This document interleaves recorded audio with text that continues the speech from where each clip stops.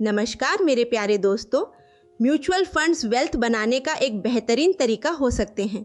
लोग इनके ज़रिए रिटायर होते हैं, अपने सपने पूरे करते हैं, फाइनेंशियल फ्रीडम हासिल करते हैं। लेकिन सच क्या है? हम में से ज़्यादातर लोगों को ये ठीक से पता ही नहीं होता कि म्यूचुअल फंड असल में काम कैसे करते हैं। और जब हमें आधी अधूरी जानकारी होती है तो कोई भी हमें आसानी से प्रभावित कर सकता है। कोई डिस्ट्रीब्यूटर बहुत प्यार से समझाएगा और इसमें कुछ गलत भी नहीं है, क्योंकि उसे आपके निवेश से कमीशन मिलेगा। अगर वो अच्छी सलाह देता है तो ठीक है, लेकिन वो फिर भी एडवाइस ही तो है। मैं आपको सलाह देने नहीं आई हूँ, मैं आपको काबिल बनाने आई हूँ। वेलकम टू माय चैनल, जहाँ हम शुरू से सीखेंगे, कुछ भी छोड़े बिना, ताकि आप अपने पैसों के फैसले खुद ले सके। सबसे पहले एक कहानी से समझते हैं। मान लीजिए हमारी किरदार काव्या को एक बर्गर चेन शुरू करनी है। नाम रखते हैं मस्त बर्गर्स। काव्या के पास आइडिया है, रेसिपी है, जोश है, लेकिन उसे बिजनेस शुरू करने के लिए 1 करोड़ रुपए चाहिए। उसके दोस्त सिया, आरव और नील मदद करने के लिए तैयार हो जाते हैं। सिया 40 लाख लगाती है, काव्या खुद 40 लाख लगाती है, आरव और नील 10-10 लाख लगाते हैं। अब 1 करोड़ के बिजनेस में सिया की 40% हिस्सेदारी, काव्या की 40% और आरव नील की 10-10% हिस्सेदारी।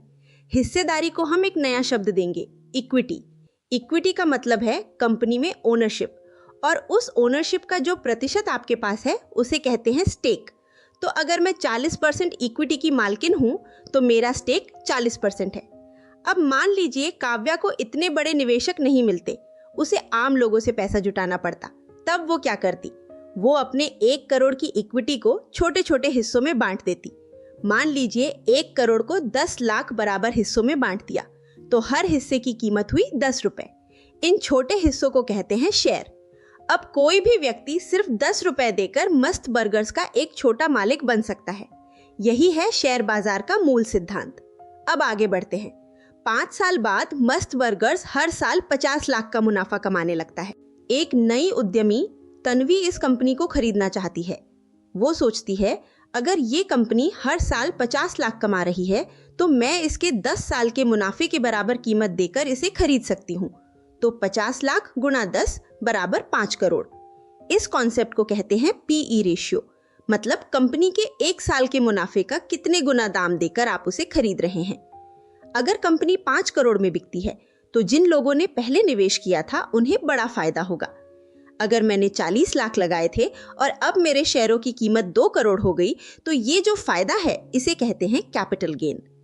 लेकिन कहानी यहीं खत्म नहीं होती। मान लीजिए काव्या कंपनी बेचने के बजाय उसे और बड़ा बनाना चाहती है। उसे अब 10 करोड़ रुपए चाहिए। इस बार वो आम जनता से पैसा जुटाना चाहती है। वो एक डॉक्यूमेंट तैयार करती है जिसमें कंपनी की पूरी जानकारी होती है। बिजनेस क्या करता है, उसकी फाइनेंशियल हालत क्या है, पैसा कहाँ इस्तेमाल होगा। इसी प्रक्रिया को कहते हैं आईपीओ।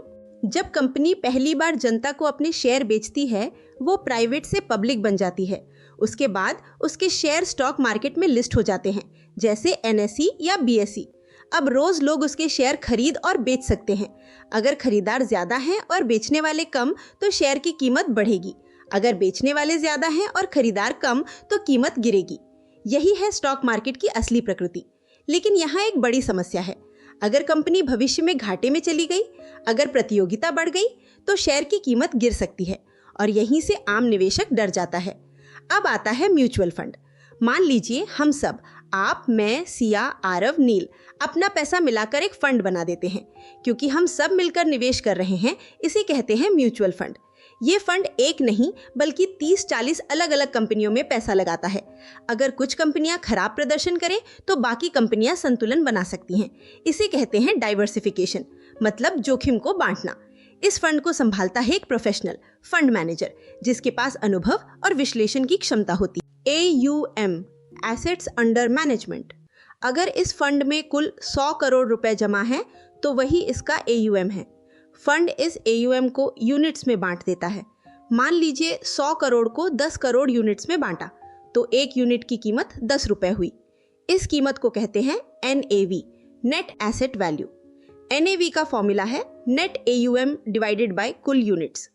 नेट AUM इक्वल्स कुल AUM प्लस नया निवेश माइनस निकासी माइनस खर्च। अब खर्च क्या है? फंड मैनेजर और एसेट मैनेजमेंट कंपनी अपनी सेवा के बदले एक फीस लेते हैं। इसे कहते हैं एक्सपेंस रेशियो।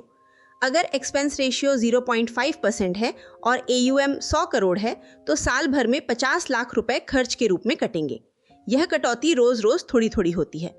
कुछ फंड में अगर आप जल्दी पैसा निकालते हैं तो एक और चार्ज लगता है। इसे कहते हैं एग्जिट लोड। अब आगे समझते हैं मार्केट कैप। अगर किसी कंपनी का शेयर प्राइस 100 रुपए है और उसके 10 लाख शेयर हैं तो कुल वैल्यू हुई 10 करोड़ रुपए। इसे कहते हैं मार्केट कैपिटलाइजेशन। इसी आधार पर कंपनियों को बांटा जाता है। टॉप 100 लार्ज कैप, 101 से 250 मिड कैप, बाकी स्मॉल कैप। इसी तरह म्यूचुअल फंड भी होते हैं, large cap fund, mid cap fund, small cap fund. फिर आते हैं मल्टी कैप, जिसमें तीनों में निवेश अनिवार्य है। फ्लेक्सी कैप, जिसमें फंड मैनेजर को पूरी स्वतंत्रता है। अब एक और फर्क समझिए, एक्टिव और पैसिव फंड। एक्टिव फंड में फंड मैनेजर खुद तय करता है कौन सा शेयर खरीदे, कौन सा बेचे। पैसिव फंड या इंडेक्स फंड में फंड सिर्फ किसी इंडेक्स को कॉपी करता है, जैसे निफ्टी 50, जिसमें देश की 50 बड़ी कंपनियां होती हैं। अगर इंडेक्स 10% बढ़ा तो इंडेक्स फंड भी लगभग 10% बढ़ेगा। कई बार एक्टिव फंड भी इंडेक्स को मात नहीं दे पाते। यही कारण है कि निवेश समझदारी से चुनना जरूरी है। इस पूरी सीरीज का मकसद यही है, आपको सड़क से उठाकर सितारा बनाना। मतलब बेसिक से लेकर एडवांस तक आपको इतना सक्षम बनाना कि आप अपने पैसे का फैसला खुद ले सके। आने वाले वीडियो में हम date funds, hybrid funds, risk, return, portfolio design सब कुछ विस्तार से समझेंगे। तो अगर आप सच में सीखना चाहते हैं तो इस सफर में मेरे साथ बने रहिए। हम शुरुआत से शुरू कर रहे हैं, कुछ भी छोड़ा नहीं जाएगा और इस बार आप सिर्फ निवेशक नहीं, समझदार निवेशक बनेंगे।